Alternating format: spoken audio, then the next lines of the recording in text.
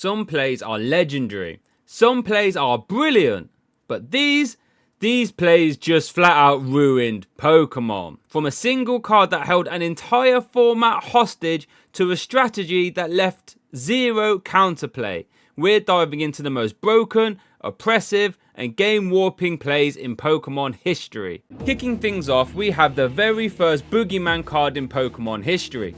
One so oppressive that it single-handedly dictated which cards were even playable in competitive play. It warped the whole game around itself, forcing Pokemon to release one of the most hilariously on-the-nose counter cards we have ever seen. I am of course talking about Super Energy Removal. At first glance it might not seem too crazy. Discard one of your own energy cards to wipe 2 from your opponent's Pokemon. Sounds like a fair trade, right? Wrong. This card ruined the game. It created a format where the only viable strategy was essentially not needing energy in the first place. Don't believe me? Let's speedrun the best attackers of this era. Hitmonchan, Electabuzz, Magmar, Mewtwo, Murkrow, Clefable, Rocket Zapdos. See a pattern between all those cards? Every single one of them attacks for just 1 energy. And that was by design, because if you even thought about using a Pokemon with an attack that required multiple energy, you were honestly setting yourself up for failure. The moment your opponent played Super Energy Removal, poof, your entire turn gone. Mewtwo at least had energy absorption to help recover, but that wasn't enough. The only deck that could completely ignore this card was Blastoise Articuno, thanks to Blastoise's Rain Dance power, which would let you attach as many water energy as you liked in a single turn. Just to highlight how insane this card was, if you were to look at tournament results from this time, you would barely see any attackers that needed 2 energy. The risk was just too high. But Pokemon saw this happening and finally decided to step in. And what was their brilliant solution? A counter so blunt, so obvious that it almost felt like a joke. Enter No Removal Gym. This stadium card threw up a roadblock. If you wanted to play Super Energy Removal or Energy Removal, you would have to discard 2 cards from your hand first. Sounds like a game changer, right? Well, kind of. It helped, sure. It let Pokemon like Wigglytuff and Venusaur have a fighting chance. Wigglytuff was already one of the only successful multi-energy attackers in the game, because Do the Wave hit so hard. So those decks started to immediately play No Removal Gym. And Venusaur's Solar Beam, despite its 4 energy cost, was starting to become somewhat viable thanks to its power energy trans. With No Removal Gym keeping their energy safe, both of these decks managed to secure top 8 finishes at the 2000 Super Trainer Showdowns. But here's the kicker, even the nose decks built around countering Super Energy Removal with No Removal Gym, they still loaded up on 1 energy attackers themselves just in case, and still played energy removal themselves. That's how deep this card's stranglehold was. The entire format revolved around it, and even its counter wasn't enough to break it free. Super Energy Removal didn't just warp the game, it defined it. The simple play of even a turn just consisting with a single Super Energy Removal was so devastating, so backbreaking, that it made sure Pokemon's first ever competitive format was stuck playing dinky little 1 energy attackers for years. There have been a lot of broken teams in VGC history, but none of them triggered the player base quite like this one. A strategy so unfair, so disgusting that entire tournaments were decided before players even had a chance to click a button. Arguably the most hated duo in Pokemon VGC history. To understand why this duo was so heinous, we have to first talk about what made it so broken. Xerneas was already one of the best restricted Pokemon in 2016. You could only have 1 restricted Pokemon on your team at one time. Thanks to its ability to use Geomancy, an attack that would double your special attack, special defense and speed in 1 turn, making it an absolute monster thanks to it holding Power Herb. It would have no problems in sweeping through the entire opponent's team unanswered. But Xerneas didn't break the game alone. It had a partner in crime, Smeargle, and if you played VGC in 2016, just hearing that name probably makes your skin crawl. In case you didn't know, Smeargle can learn any move in the game. This meant it had access to everything. Fake Out, Follow Me, Y-Guard, Spiky Shield, but most importantly, Darkrai's signature move, Dark Void. A move that would put both your opponent's Pokemon to sleep with 80% accuracy. You didn't just lose to this core, you watched helplessly as your Pokemon got put to sleep while Xerneas destroyed everything in its path. The Smeargle Xerneas mirror was so common because it was by far the strongest core to exist that players started running counters to that, who then started running counters to those counters just to have an edge in this matchup. At first, Smeargle would run Focus Sash to guarantee it would survive a hit and then fire off a Dark Void. And then players realised that Choice Scarf Smeargle could outspeed the opponent's Smeargle and use Dark Void first. But wait, it gets even funnier, because then players would start to use Lumberry and Crafty Shield to protect their own team from Dark Void while still using it against their opponent, turning Smeargle into a constantly evolving arms race, determined to make sure that your opponents didn't get a chance to do anything. This core was so broken that it formed the backbone of the most dominant team in VGC 2016, Big Six. This team had the perfect combination of offense, bulk and disruption, and it would feature Pokemon like, well, Xerneas, the wind condition, Smeargle, the sleep demon, Primal Groudon, who was unstoppable in that sun that it would create, Mega Kangaskhan would provide fake out pressure and insane damage, and quite honestly might be the best non-legendary Pokemon in the format, and Talonflame to provide priority Tailwind and hefty Brave Bird. And then you'd have Mega Salamence or Cresselia for even more heavy mixed damage and bulk respectively. But then when people thought that they had figured out Big Six, Big B showed up. The only difference? Bronzong instead of Cresselia, because it could Gyro Ball Xerneas and didn't instantly fold to Dark Void spam. Yep, we had reached a point where the best counter to the most metagame team was the same team with one different Pokemon. So how did this disaster of a team perform in actual events?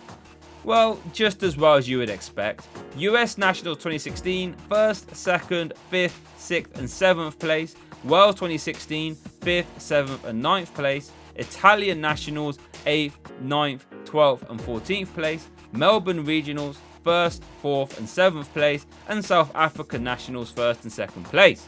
This team terrorised the format to the point where if you wasn't running Smeargle Xerneas, you was essentially playing events on hard mode. Some cards are powerful, some cards are annoying, and then there are some that are in a league of its own. A card so hated, a card so utterly despised that even 5 years later, just saying its name is enough to send the Pokemon community into a full-blown meltdown. I'm of course talking about Arceus, Dialga and Palkia GX. Or as is better known by some members of the community, the card that ruined an entire era of competitive play. And trust me, I'm not being hyperbolic. Its GX attack Altercation was the stuff of nightmares. For just 2 energy, every single attack you made for the rest of the game would deal an extra 30 damage. Oh, and if you knocked out a Pokemon with any of those attacks, you would take an extra prize card. Yep, you heard it here first. It literally broke the rules of the game. Since the main win condition of the Pokemon TCG revolves around taking 6 prize cards, being able to manipulate them in your benefit this easily was downright ridiculous. Here's how insane it really was. If you was to KO something like a Dedenne GX or a Tapu Lele GX with its attack Ultimate Ray, not only would you power up your entire board for the rest of the game by accelerating those 3 basic energy, but you would also take 3 prize cards KOing them instead of 2. This meant you only needed to KO 1 more 2 prize Pokemon, because now it was a 3 prize Pokemon and you would win the entire game. That's 2 knockouts in 2 turns and the game is over. Once Altercation was online, the entire match became a race against the clock, and if you couldn't shut down ADP immediately, you lost. Now, to be fair, when ADP first dropped, it wasn't completely broken yet, because its biggest flaw that it didn't have a consistent heavy hitting partner. So players were forced to rely on Keljo GX to wall out opponents and slowly chip away at their Pokemon. But then Sword and Shield released, and then ADP went from annoying to unstoppable, because that's when Zacian V entered the format. This was the final puzzle piece. ADP's only real weakness was its damage output, and Zacian V blew that out of the water, because after an Ultra Creation boost, Zacian's Brave Blade would hit for 260 damage. This was enough to evaporate every 2 prize Pokemon in the game. And with a tiny little boost from cards like Vitality Band and Galarian Zigzagoon, Zacian was doing the unthinkable. One-shotting tag team Pokemon and taking 4 prize cards whilst doing so. 4 prizes, 1 turn. The game was pretty much over in one fell swoop. And just when the player base thought it couldn't get any worse, Rebel Clash introduced Boss's Orders. Now ADP didn't even have to bother with your big attacker, it could just ignore it by gusting up a weak 2 prize Pokemon into the active and KOing that to win in 2 attacks again. At this point the game was completely suffocated. You couldn't stall it out, you couldn't outlast it, and you couldn't even counterplay it, because if you refused to put low HP Pokemon into play, like the Dene GX or Crobat V, ADP players could force them into play against your will with more Wild GX, so they could just KO them anyway. This was the breaking point. The players despised ADP. It had 0 counterplay. You couldn't use single prizes to try and balance out the prize trade because Ultra Creation made them all worth 2 prize cards anyway. You couldn't use big tanky Pokemon like Centiskorch VMAX or Eternatus VMAX to try and overpower it because ADP would just go around them and snipe easy prizes with Morwell. And if ADP players were really greedy, they could run a Clay Engine to rip through their deck on turn 1 to pull off a monstrous turn 1 GX attacks by using energy spinners, metal saucers and energy switches. That was it. The entire format was dead. ADP stuffed out all creativity, forcing the game into a miserable cycle where the only viable strategies were playing ADP or trying to survive against it. It was so crushingly unfun that tons of players actually quit the game, and to this day, just the words Ultra Creation are enough to send shivers down Pokemon players' spines. The ultimate mistake, a card that didn't just ruin the format, it ruined Pokemon. Imagine this, you're deep in a tournament match, outplaying your opponent at every turn, victory is close, and then they click Fisher. This turret gets another one! Fiona, stop! No way! Boom! Your best Pokemon gone, just erased, and the worst part, there was nothing you could do about it. What made Ting-lu so disgusting to play against? Well, first, its ability Vessel of Ruin would cripple special attackers, meaning those special attacking Pokemon can now barely dent Ting-lu. And with its impressive 155 HP and 125 base stats, this thing was already nearly impossible to KO before you even considered Vessel of Ruin. But the real problem is that it didn't even need to do damage to win, thanks to Fisher, a 30 accuracy 1-hit KO move that would instantly delete a Pokemon from the game if it landed. So a very high risk, high reward strategy, right? Because with only having 30% accuracy, you can't reliably use it, right? Well, no, because even if you missed, somehow it would get even worse for you as the opponent, thanks to the attack Stomping Tantrum. This move doubles in power if your previous move failed or missed. So if Fisher missed, no problem. Next turn, Ting-lu would slam you with an impressive 150 base power Stomping Tantrum on the next turn. Meaning this was now a no risk, high reward strategy. And if you're thinking there's no way people actually won at events with this strategy, right? Oh boy, I've got some news for you. Ting-lu dominated major tournaments, with players shamelessly clicking Fisher to steal games they otherwise had no business winning. Just look at these results. Top 8 at EUIC 2024, 4th and 5th place at Fort Wayne Regionals, 2nd, 5th and 6th place at Sydney Regionals, and 8th at Portland. Everywhere you look, Fisher was ruining games, whether you liked it or not. And the worst part was, it wasn't even just Ting-lu anymore, because at the 2024 Utrecht Special event, history repeated itself, but not with Ting-lu. The winning team had Articuno with Sheer Cold. Yep, another 30% accuracy 1-hit KO move, but this one could hit everything. So now, even if you had a flying or levitate Pokemon that would normally avoid Fisher, you were still at the mercy of Sheer Cold. And the VGC community lost it. This Articuno victory got coverage from all around the internet, and for good reason, because of how wild it really was. This next set of cards, in my opinion, created the worst Pokemon TCG format of all time. Imagine sitting down for a match, starting with your opening hand, and before you get a chance to play a single card from it, boom, the game was over. At the heart of this nightmare was Rocket's Trap, a card so absurd that it turned games into coin flip lotteries. Because you would flip a coin. If heads, you got to rip 3 cards from your opponent's hand at random and shuffle them back into their deck. Now that was already brutal, but if you managed to hit 2 of these in a row on your first turn, your opponent literally had no hand left.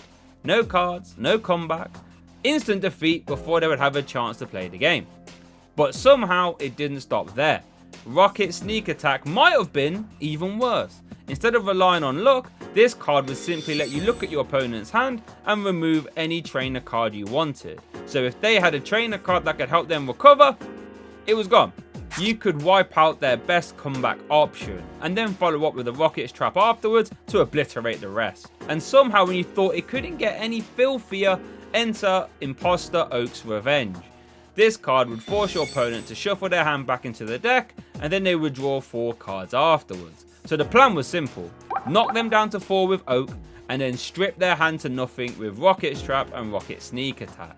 And the final nail in the coffin, Erika's Jigglypuff, a basic Pokemon with the attack pulled Punch that would deal 40 damage for a double colourless energy attachment. So if you threw in a couple plus powers, you were suddenly one-shotting most basic Pokemon that your opponent has led in the active. So let's just paint the picture here. Your opponent starts the game, you strip their hand to 0 and you KO their active, so you would take a prize card on turn 1. What are they supposed to do? The answer to that is, well, nothing. They have lost before they even had a chance to do anything. This was downright disgusting and it led to one of the oppressive, most unfun formats in Pokemon TCG history. Imagine sitting down at a tournament, picking your lead Pokemon, and before you had a chance to even press a button, well, you've already lost. No counterplay, no second chances, just turn 1 destruction. And it was so powerful that it remained relevant for nearly a decade. The core was deceptively simple, 2 Pokemon, a single move, and an instant +4 attack boost to one of the hardest hitting sweepers in the game. Terrakion, which was already a disruptive powerhouse, thanks to its incredibly high attack and speed stat, has the ability Justified, which raises its attack stat every time it's hit by a dark type move. And its partner Whimsicott has the attack Beat Up, a multi-hit move that strikes once for each Pokemon on your team. Put them together, Beat Up into Terrakion triggers Justified 4 times, making Terrakion's attack stat +4 instantly. That's like using Sword Dance twice. And to make it worse, Whimsicott had Prankster, meaning it could use priority Tailwind afterwards, making sure Terrakion outspeeds everything immediately and make their opponent cry as it starts to fire off ridiculously high-powered rock slides, which even if it didn't KO its target, has the infamous flinch chance, potentially stopping them from doing anything. When Terracotta emerged, the player base had no answer. The results? Devastation. 1st and 7th at Sutton Coldfield Regional 2015, top 16 at German National 2015, 3rd place at Cancun and Salt Lake City 2015, 5th place at Italian Nationals 2016, top 16 at the DC Open, and even saw play at Dortmund Regionals and NAIC 2024, almost a decade later. This wasn't just a 1-year gimmick, no, this lasted for almost 10 years. Anytime Whimsicott and Terrakion are both legal, Terracotta can resurface to terrorize the player base all over again.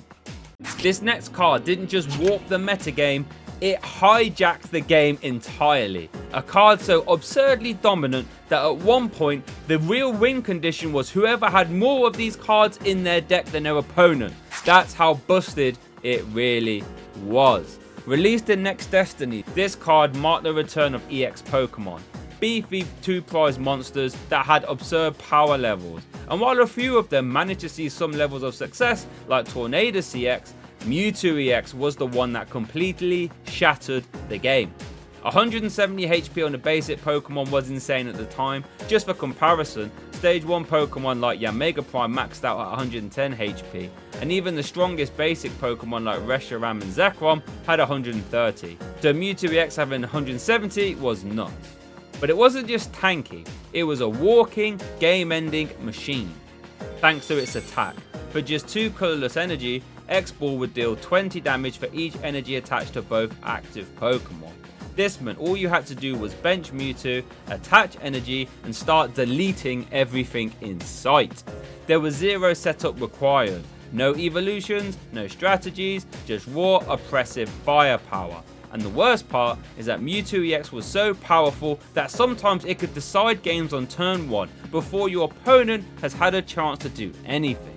You see, if your opponent led a low HP Pokemon like Tynamo and didn't have any backup on the bench, the game was over, because you could attack turn 1 going first, so with a single double colourless energy attachment from the Mewtwo player, instant win, no comeback, no counterplay. The dominance was so extreme that at the 2012 European Challenge Cup, which is the biggest event in Europe, the tournament was basically decided by who had more copies of Mewtwo EX in their deck. Because Mewtwo EX was weak to Psychic, meaning the best way to deal with your opponent's Mewtwo was to use your own Mewtwo. And this, of course, made the price of the card skyrocket, because without enough copies, you just couldn't compete. This card single-handedly erased evolution decks from the format. The entire game became a race of who could power up Mewtwo EX the fastest, and players found every way manageable to accelerate energy onto their Mewtwo. Cards like Celebi Prime would use Forest Breath to attach extra grass energy. Electric would use Dynamotor to attach lightning energy. But the most devastating combo was Mewtwo EX paired with Darkrai EX.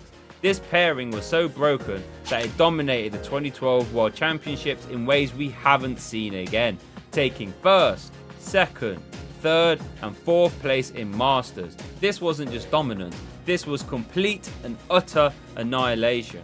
And somehow, this nightmare of a card stayed relevant for 3 years, making one last devastating impact at the 2015 World Championships, where it was integral in the finals before it finally rotated out, featuring in the first and second place deck. Mewtwo EX wasn't just strong, it was a once in a lifetime mistake, a card so ridiculously overpowered that it left a format in shambles. Yeah, we're not going to see another Mewtwo EX again. If you made it this far, thank you so much for watching. Honestly, it means the world to me. Please like the video and consider subscribing. And why don't you watch this video here, where I go through Pokemon plays that were so disgusting that they forced rule changes.